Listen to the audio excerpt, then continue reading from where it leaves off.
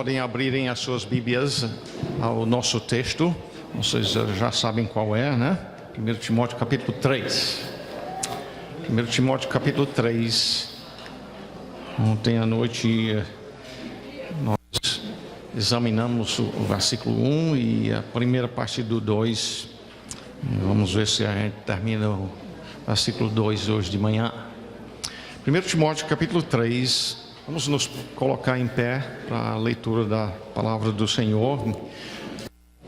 Seria bom decorar esse texto. Então, vamos lendo juntos. Comecemos. Fiel é a palavra. Se alguém aspira ao episcopado, excelente obra almeja. É necessário, portanto, que o bispo seja irrepreensível, esposo de uma só mulher, temperante, sóbrio, modesto, hospitaleiro, apto para ensinar, não dado ao vinho, não violento, porém cordato, inimigo de contendas, não avarento, e que governe bem a própria casa, criando os filhos sob disciplina, com todo o respeito. Pois se alguém não sabe governar a própria casa, como cuidará da igreja de Deus? Não seja para não suceder que se ensoberbeça e incorra na condenação do diabo. Pelo contrário, é necessário que ele tenha bom testemunho dos de fora, a fim de não cair no opróbrio e no laço do diabo. Senhor, esta é a Tua palavra. Muitas vezes as nossas vidas precisam de repreensão e correção. A Tua palavra foi dada para isto. Não é para a gente ser meramente ouvintes, mas praticantes da palavra. E que assim seja nesta manhã. Nós rogamos no nome do Senhor Jesus Cristo. Amém. Podeis se assentarem.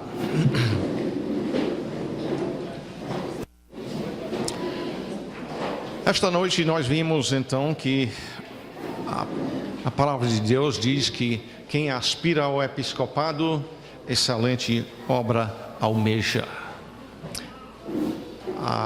O trabalho pastoral é um trabalho nobre. Nós pastores precisamos trabalhar esta questão.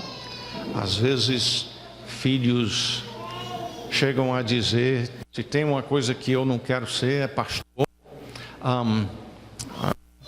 Falei com um aqui sábado à noite que tinha dito isso. Eu disse: é muito perigoso dizer isto.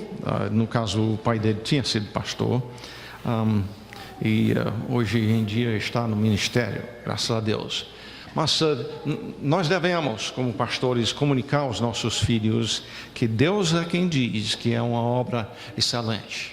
Isso não significa que seja fácil e tudo muito agradável, mas os nossos filhos devem ver que nós temos prazer em servir ao Senhor. Ontem à noite, então, nós examinamos as características que Deus diz que são necessários para o que vai ser colocado como pastor. E vimos lá que o texto diz: é necessário, tempo presente, no tempo quando a pessoa é reconhecida como pastor. É necessário estas características, mas tempo presente é constante, precisa ser sempre assim. E a primeira nós dissemos irrepreensível, a questão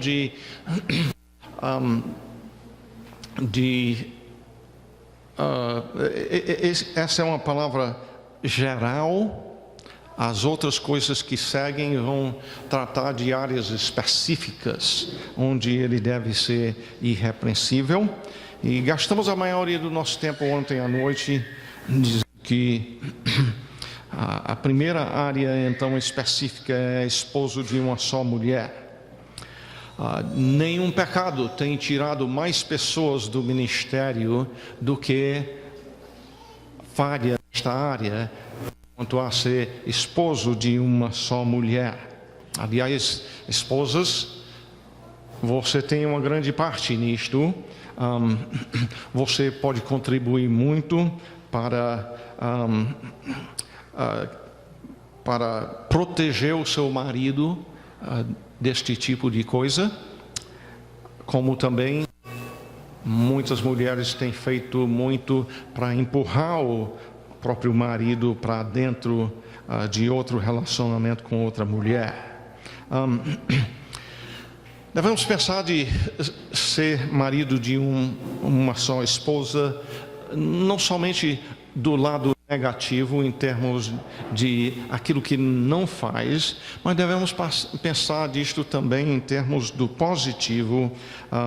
Significa amar nossa esposa, e nós vamos aprender a amar a esposa do nosso grande professor, o próprio Cristo, que nos deu exemplo em amar sua esposa. Talvez uns 3 ou 4 anos atrás eu ouvi um pastor, uma reunião talvez deste tamanho, exortando os maridos: amem a sua esposa.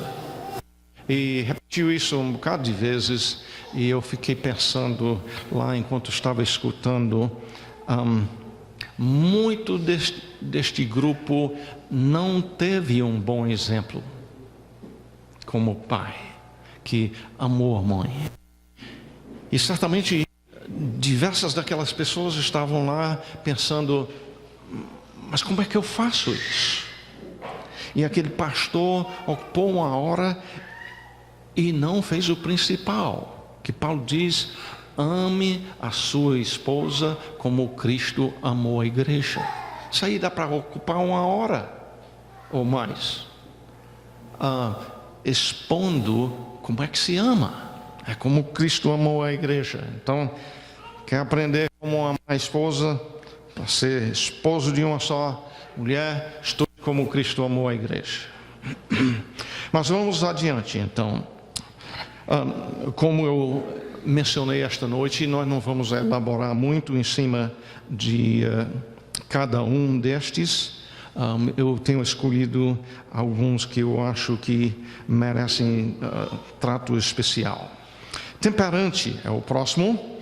Às vezes, temperante tem a ideia daquela parte que vem mais tarde, não dado ao vinho. Ele tem que ter domínio próprio sobre as suas paixões, se ele está qualificado para ser um pastor. Ele precisa saber receber a informação e processar isto de uma maneira que agrade o Senhor. Temperante é outro que eu não vou elaborar muito, senão para dizer que ele sabe avaliar bem o que está acontecendo. Este tem o seu tempo bem organizado, e assim ele consegue fazer muito mais do que a maioria das pessoas. Ele sacrifica os seus próprios prazeres para o bem da igreja de Cristo. Ele não tem que comer bolo toda vez que é oferecido. Ele tem domínio sobre as suas paixões sexuais. Não é dominado, então, por paixões sexuais pecaminosas. Modesto, é respeitável, que tenha esta virtude.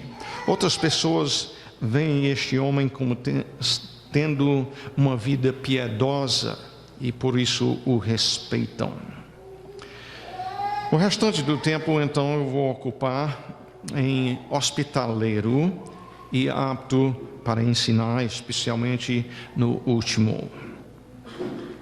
Quanto ao hospitaleiro, a palavra literalmente significa um que ama estrangeiros.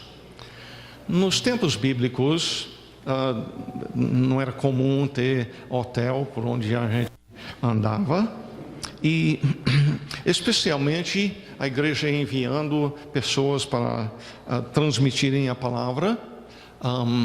como missionários pregando a palavra. Muitas vezes chegava então um irmão num local e não tinha um hotel para hospedá-lo, ou não tinha condição de pagar para isto. Então, além disto, quem é hospitaleiro recebe muito benefício. Minha esposa relata que os pais dela hospedaram muitas vezes missionários, e por causa dessa criação, recebendo muitos missionários, uma das coisas que Deus usou na vida dela para se preparar para ser missionário também. No caso, esta hospitalidade não é convidar pessoas simplesmente para brincar com eles, mas para servi-los. Não estou dizendo que a gente brinque também, mas a ideia não é só brincar, né? É servir a pessoa. Não é convidá-los simplesmente... geralmente, se a pessoa não quer hospedar pessoas, é uma boa indicação que tem um problema. Talvez os filhos não são disciplinados direito. Talvez a casa é muito desorganizada e suja.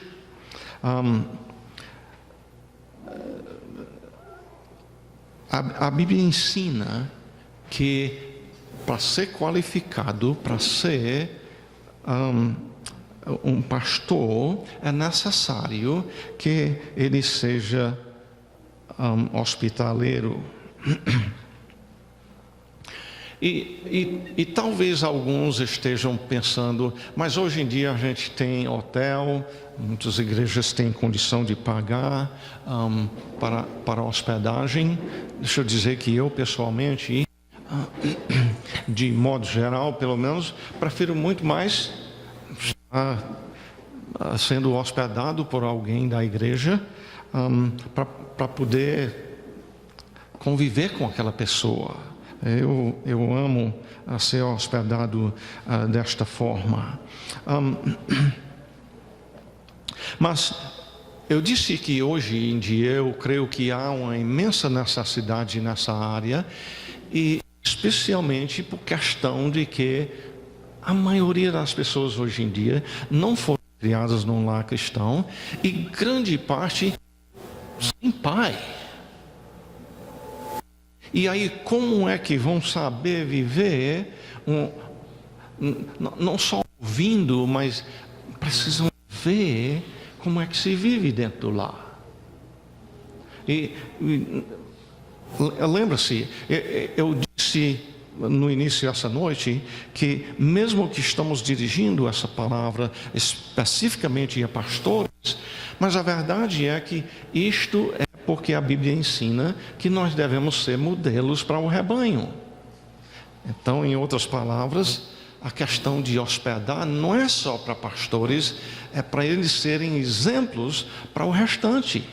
Se você teve o privilégio de ser criado num lar cristão, se teve um bom preparo em termos da vida cristã no lar, que bênção você poder hospedar outras pessoas, recebê-las em casa para mostrar como é o que a gente faz nas refeições. A nossa casa, em cada refeição que nós fazemos, nós decoramos um versículo novo cada semana. E assim a gente decora um capítulo, decora um livro, devagarzinho, um versículo por semana não é muita coisa não, mas é mais do que nada. E aí aquele versículo, junto com aquele versículo novo que estamos decorando, nós recordamos os 4 anteriores também. Então cada semana a gente acrescenta um e diminui o que já está mais bem gravado. As refeições, nossas refeições nós sempre fizemos a família toda junta, não todo espatifado. O culto doméstico, Eles precisam observar como a gente faz isso. Eles precisam ver como o marido e a esposa se relacionam, a disciplina dos filhos, a hora de dormir, a hora de levantar e assim por diante. Então, muitas vezes eu e a Eliana temos convidado casais para a nossa casa para passar um final de semana todo, para poderem observar a vida cristã. Muitos destes nunca tiveram isso na sua própria casa. A gente tem um exemplo bom disto em Atos capítulo 16 e versículo 15, onde diz: depois de ser batizada, falando de Lídia, ela e toda a sua casa, nos rogou dizendo: se julgais que eu sou fiel ao Senhor, entrai em minha casa e aí ficai. E aí Lucas ainda acrescenta: e nos constrangeu a isto.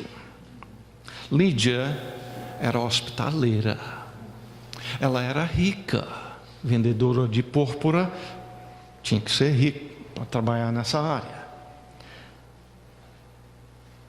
Mas nota bem, as escrituras dizem que ela teve que constranger Paulo e os demais a isto. Não foi no primeiro convite que ele se mudou para lá, não. E eu quero dizer que isto realmente nos demonstra uma coisa que nós vamos estudar mais, acho que é hoje à noite, se me engano. Não avarento, só porque era uma mulher rica, Paulo não ligeiramente se mudou para a casa dela, não. Ele não era avarento e não queria de maneira nenhuma dar um mau exemplo nesse sentido. Mas depois de muito constranger, ele se mudou lá para a casa dela. Então, o mais provável é que se alguém se chama de pastor e não é hospitaleiro, primeiramente ele não é qualificado, segundo, deve ser que ele tem algo a esconder quanto à sua vida. E aí, vamos para apto para ensinar. Realmente, apto para ensinar, das qualificações aqui, é o único que não é uma questão de uma qualidade pessoal, e sim, isso envolve um dom que Deus deu, em parte. Deus dá o dom espiritual do ensino, porém, no desenvolvimento, aqui nós vamos ver que envolve mais do que somente ser dotado por Deus nesta área. No capítulo 5, umas palavras dirigidas a pastores também. Versículo 17 diz: devem ser considerados merecedores de dobrados honorários os presbíteros que presidem bem, com especialidade os que se afadigam na palavra e no ensino. Na NAA, devem ser considerados merecedores de pagamento em dobro os presbíteros ou pastores que presidem bem, envolve a sua liderança na igreja, especialmente os que se esforçam, se afadigam na palavra e no ensino. Então aqui nós temos instrução à igreja que ela deve pagar bem os seus pastores que presidem, mas também ou lideram bem, e especialmente os que são diligentes no estudo da palavra e na transmissão desta para a igreja.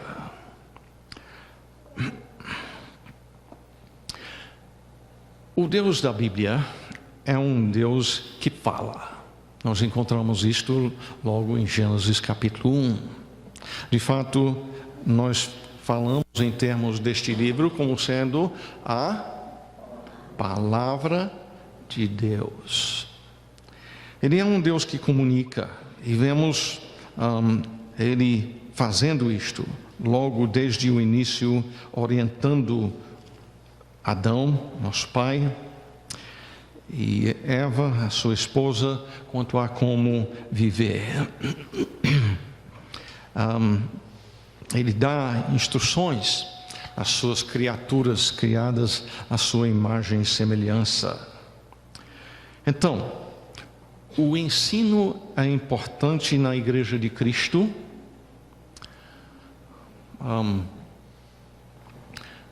Poucos dias atrás, nosso presidente nomeou como ministro da Educação um pastor, não é? Pastor tem alguma coisa a ver com a educação? Absolutamente sim. Primeiramente, o que foi que o dono da igreja fez?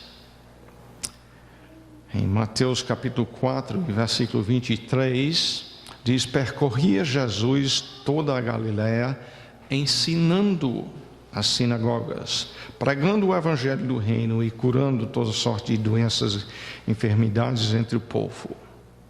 No final do Sermão do Monte, Mateus capítulo 7, 28 e 29, quando Jesus acabou de proferir estas palavras, estavam as multidões maravilhadas com sua doutrina, o seu ensino, porque ele as ensinava como quem tem autoridade e não como os escribas. Diferente de Jesus, nós, como pastores, sim, devemos falar como quem tem autoridade, mas uma autoridade recebida do Senhor, porque transmitimos a palavra que Ele ordenou. Não é meramente desenvolver uma palestra nossa e com as nossas ideias. Cristo ensinava em João capítulo 7, versículo 16, respondeu-lhe Jesus: o meu ensino não é meu, e sim daquele que me enviou, o Pai, né? E poderíamos mostrar muitos e muitos outros exemplos quanto a Jesus ensinando, e realmente, principalmente o conteúdo dos evangelhos é o que Jesus ensinou, né? Quanto ao ensino, nós não temos um livro pequeno, é muita coisa que tem aqui. Jesus, quase na hora da sua volta, em Mateus capítulo 28, disse: ide, portanto, fazei discípulos de todas as nações, batizando-os em nome do Pai, do Filho, do Espírito Santo. E aí ele diz, o quê? Ensinando-os a guardar todas as coisas que vos tenho ordenado. Ele dá o conteúdo daquilo que devemos ensinar, é ensinar o que Ele ordenou. O que Ele ordenou só são as coisas que encontramos no Evangelho? Não. O que Ele ensinou e ordenou aos 12 está incluído nas epístolas também. E além disto, Paulo diz em 2 Timóteo capítulo 3, versículos 16 e 17, toda a Escritura é inspirada por Deus. Toda foi dada por Ele, toda é útil, não somente o Novo Testamento, mas o Velho Testamento também. Então, o ensino já era importante no Velho Testamento. Em Deuteronômio capítulo 6, versículos 6 e 7, estas palavras que hoje te ordeno estarão no teu coração, quer dizer, ame-as, e amando-as, Tu as inculcarás a teus filhos, e delas falarás assentado em tua casa, e andando pelo caminho, e ao deitar-te, ao levantar-te. Sempre está ocupado em fazer isto. É importante. O primeiro lugar onde a criança deve aprender é dos pais, instruindo. Salmo 78, versículos 5 a 7. Ele estabeleceu um testemunho em Jacó, instituiu uma lei em Israel e ordenou a nossos pais que os transmitissem a seus filhos, a fim de que a nova geração os conhecesse. Filhos que ainda hão de nascer, se levantassem e por sua vez os referissem aos seus descendentes, para que pusessem em Deus a sua confiança e não se esquecessem dos feitos de Deus, mas lhe observassem os mandamentos. Nota bem aí então, que a visão que nós como pais devemos ter não é meramente passar informação para o nosso filho. Uma ilustração que o Kendall, nosso filho mais velho, tem usado. Digamos que você saiu de casa para vir para cá, você homem dirigindo o carro, e chegasse aqui e dissesse para sua esposa: agora esposa, você vai, sem a minha presença, você vai lavar de volta para casa. Muitas delas diriam: estou perdido, não é? Mas se antes de sair de casa você dissesse: olha, eu vou levar você até lá, e na volta você vai ter que levar sem a minha presença, vai fazer diferença? Vai. Porque fui avisado antes que iria ter então aquela responsabilidade, prestando atenção para onde está passando.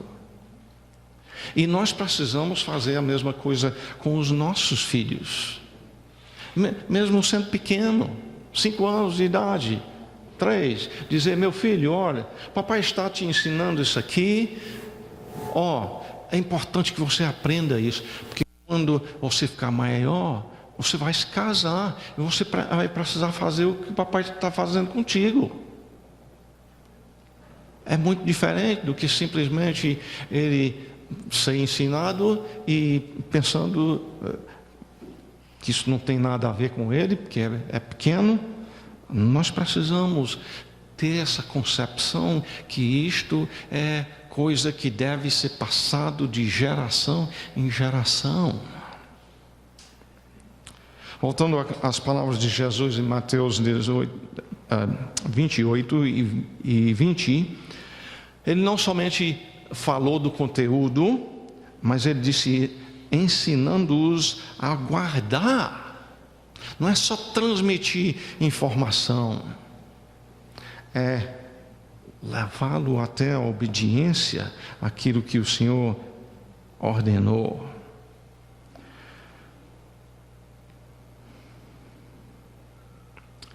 Nota bem que estas instruções não foram meramente passadas para os israelitas, foi para todas as nações.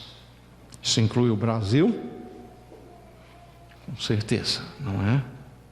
Devem obediência ao Senhor Jesus. Todos devem isto a Ele. Paulo entendeu isto em 2 Timóteo 2:2. Inclusive isto dá alguma instrução para nós quanto a com quem nós vamos ocupar o nosso tempo. Paulo diz: e o que de minha parte ouviste através de muitos testemunhos, Paulo a Timóteo, né? Isso mesmo transmite a quem? Homens fiéis e também idôneos para instruir a outros. Então Paulo ensina a Timóteo, Timóteo ensina a outros, preparando-os para ensinar a outros ainda. É assim que a palavra chegou até nós. Em 1 Coríntios, capítulo 1, no versículo 26, Paulo diz: irmãos, reparai, pois, na vossa vocação, ou olhe ao seu redor, visto que não foram chamados muitos sábios segundo a carne, nem muitos poderosos, nem muitos de nobre nascimento.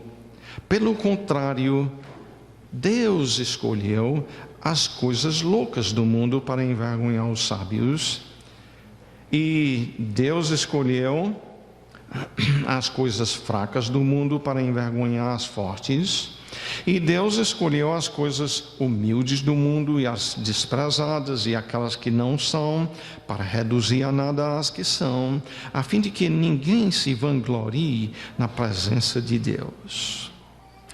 Por que Deus escolheu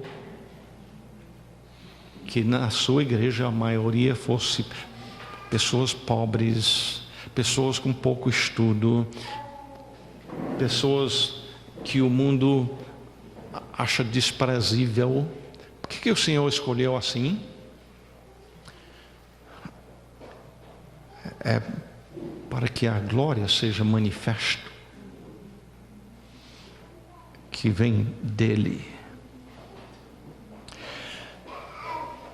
Estamos dizendo com isto que ele escolheu assim porque se agrada da ignorância? De jeito nenhum. Não, ele manda que a sua igreja ensine as pessoas. A igreja sempre é para ser um local que concentra em ensinar. E nós temos muito o que ensinar. Eu já estou na idade que estou, eu não tenho andado nem perto de expor toda. Em Daniel 11:32 diz: o povo que conhece ao seu Deus se tornará forte e ativo. Nós precisamos levar pessoas a conhecer a Deus por meio da sua palavra. Estes podem começar muito fraco, mas Deus os faz fortes e ativos em servir-lo também. Me lembro, deve ter sido por volta do começo da década de 70, morava no mar com meus pais na época, e sentado na praça uma noite com a dona Chiquinha, uma mulher, eu não lembro mais se era analfabeta ou só semi-analfabeta, era bem mais velha do que eu, mas ela compartilhando comigo, como tinha compartilhado naquele dia o evangelho com o prefeito da cidade, a Jaime Osterno, no caso.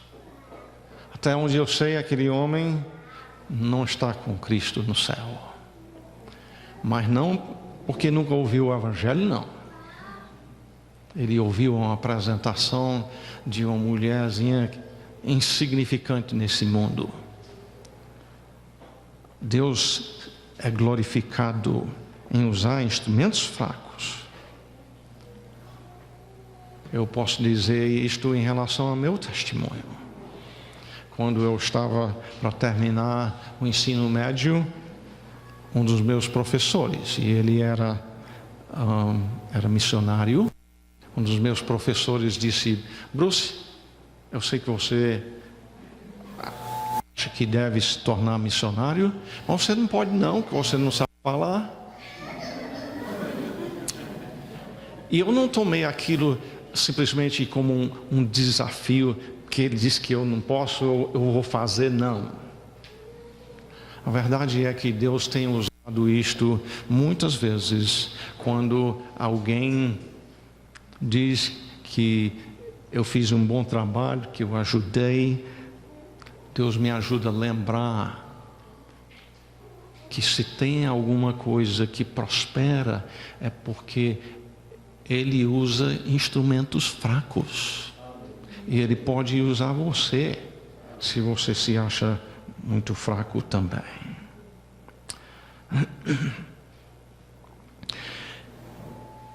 Este então se ocupa aproveitando as oportunidades de ensinar. Ele estuda para poder ensinar. Em Tito 1:9 diz: apegado à palavra fiel. Isso aqui é uma descrição de um pastor. Apegado à palavra fiel, que é segundo a doutrina. Doutrina é ensino, né? De modo que tem poder para exortar pelo reto ensino, como para convencer os que contradizem. Ele vê o erro, sabe convencer outros pela palavra que estão errados. Aliás, quando olhamos aqui as qualificações pastorais, diz que tem que ser formado no seminário, mas não é uma das coisas principais que muitas vezes a igreja olha. Tem muita gente formada em seminário, desqualificado para ser pastor. Estudar no seminário não qualifica automaticamente alguém para ser pastor. E não estou com isso tentando desprezar seminário. Eu ensino em um. Eu tenho dito aos meus alunos várias vezes que no seminário facilmente a concentração está na parte acadêmica, que é importante, não estamos querendo desprezar isso. Mas a verdade precisa afetar a vida com estas qualificações, essas qualidades de vida são absolutamente necessárias. Conhecer a verdade não é suficiente. Tiago nos diz: tornai-vos, pois, praticantes da palavra, e não somente ouvintes, enganando-vos a vós mesmos. Agora, nós precisamos alertar para o fato que tem um perigo também. 1 Coríntios capítulo 8, versículo 1 diz: no que se refere às coisas sacrificadas a ídolos, reconhecemos que todos somos senhores do saber. O saber ensoberbece, mas o amor edifica. Por isso, diante deste perigo de nos tornar soberbos, o que Deus quer de nós é a ignorância. Se fosse isto, Ele não teria nos dado a sua palavra, não é verdade? Aliás, precisamos nos lembrar que Tiago 4:5 diz: Deus resiste aos soberbos, mas dá graça aos humildes. Uma das coisas que pode nos ajudar a evitar cair na soberba, e eu creio que é correto dizer que a gente nunca chega ao ponto de poder dizer: agora não é mais um perigo para mim.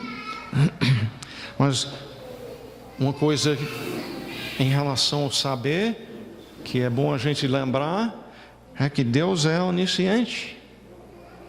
E eu sou. Enquanto estávamos cantando aí, estou esquecendo da melodia, mas nós cantamos sobre o fato que Cristo é mestre. Foi um dos títulos mais usados em termos de pessoas chamar ele de mestre. Mestre é um que ensina. E eu estava pensando, nós temos um mestre onisciente. O meu saber é uma coisinha de nada comparado com a onisciência. Não vai ser bom no céu poder ser instruído pelos séculos dos séculos por um que é onisciente? Não tem nada que impeça mais o nosso crescimento do que a soberba de achar que, por nos comparar com outras pessoas, que a gente já sabe, que não precisa escutar ninguém, a gente só sabe falar, que acha que sabe muito. Em Isaías 40:14, com quem tomou ele conselho para que lhe desse compreensão? Quem o instruiu na vereda do juízo? Ele ensinou sabedoria, ele mostrou o caminho do entendimento. Quão longe eu estou disto. E você também, não é? E sempre serei, aliás. Se tem alguma coisa que eu ensino que é verdade, não é original comigo, vem daqui. De que me orgulhar? Em conclusão, e primeiramente eu quero me dirigir não somente a pastores, mas a todos. Você já leu a Bíblia toda? Jesus disse: as minhas ovelhas ouvem a minha voz, eu as conheço e elas me seguem. É característica de um salvo que ele ama essa palavra, que ele ouve a palavra do Senhor. Se você tem 5 anos de crente e nunca leu a Bíblia toda, você deveria ter vergonha disto. Talvez alguém diga: mas eu sou analfabeto. Pois então devia ter pedido alguém para ler a Bíblia para você e você escutar. Não tem desculpa não. Eu soube de um caso lá perto do Preá, de um homem que dava 1 litro de cachaça para alguém que sabia ler, para vir ler a Bíblia para ele no domingo. E esse se converteu, o que lia para ele, até onde eu sei, não. Deus chamou o analfabeto.